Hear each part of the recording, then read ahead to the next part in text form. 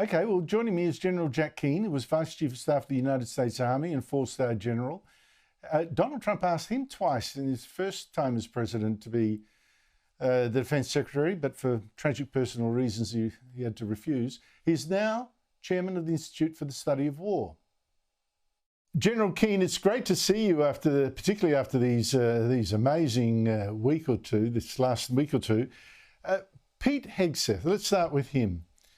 Is this the man the US needs to oversee its military forces? Hegseth has considerably less experience than anyone I'm familiar with who had that position. But some other things we have to recognize. One, he's well educated here in America. He went to two of our top schools, Princeton for undergraduate and Harvard for graduate work. He does have a very good feel for the general challenges that are facing the United States from our adversaries, and certainly what's facing the Defense Department. But the issue really is his lack of experience. And, so he has no relationship with our international allies and partners other than being in Iraq and Afghanistan. And I should note, he is a combat veteran and was a captain in our National Guard. The other thing is he doesn't have any experience in policy formulation or understanding of how the DoD functions.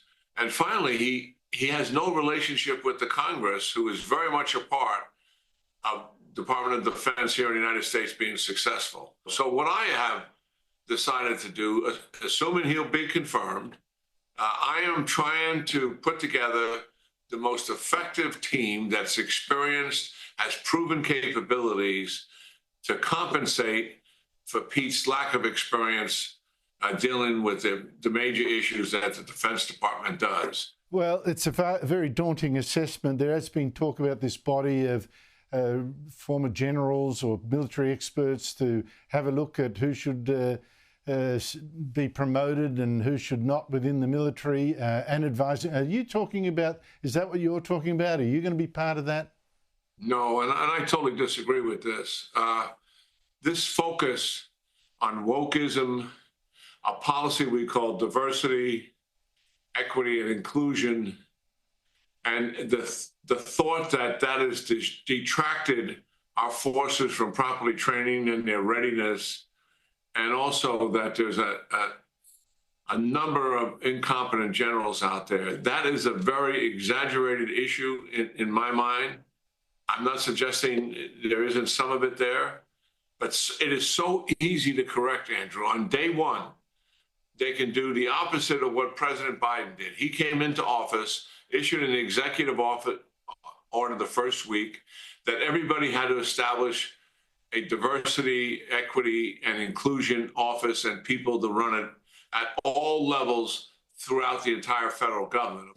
Trump comes in, reverses that executive order, and I guarantee you the Defense Department will have that extinguished and be fully completed in no time whatsoever.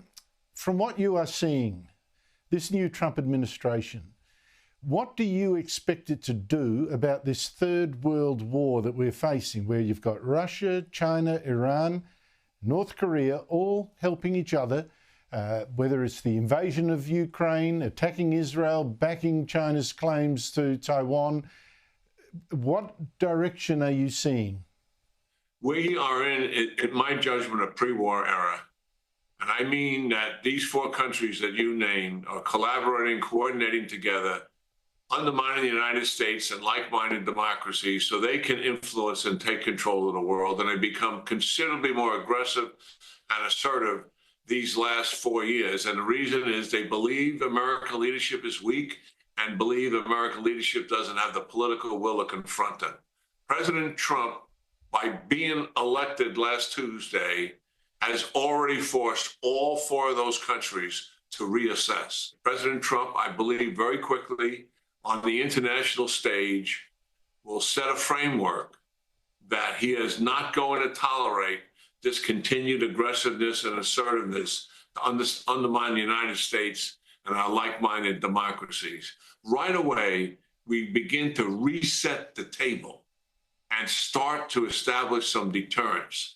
I totally hear you on that point. I think it's spot on, except it runs at variance with Trump also suggesting that America will not be participating in any wars, which that cuts away from the deterrence. Now, Russian President Vladimir Putin, he's done exactly what you've just said. He's reassessed it, decided that Trump will try to end the war in Ukraine when he's sworn in as president in 2 months' time, and seems to have quickly stepped up his attack to force out Ukrainian troops in the bit of Russia they've taken over around Kursk. Now, he's worried that Trump is going to say, whatever territory you got, guys, that's what you're going to keep, but you stop now. He's so desperate, Putin, that it's got his soldiers attacking in virtual human waves, getting blown up in enormous numbers in Kursk. Last Sunday, nearly 2,000 Russian and North Korean soldiers killed or wounded in a single day. Where do you think this is going to go? Here's what the issue is. Putin that President Trump will be dealing with 4 years later than the Putin he was dealing with is very different.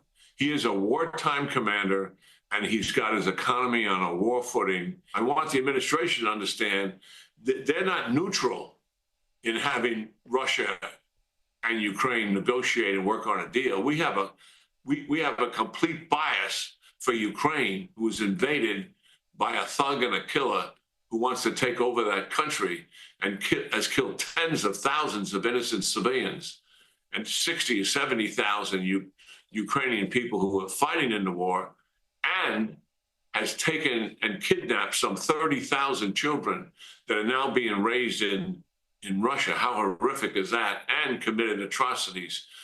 This is what we're dealing with. We're not neutral.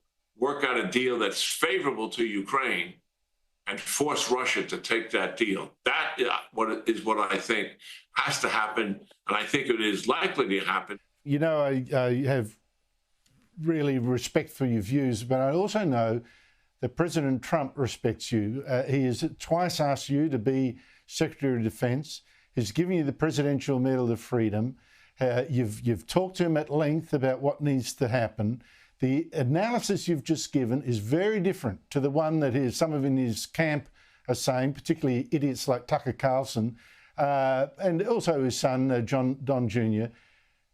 Are you going to advise him? Are you advising him? Will he listen to your point of view?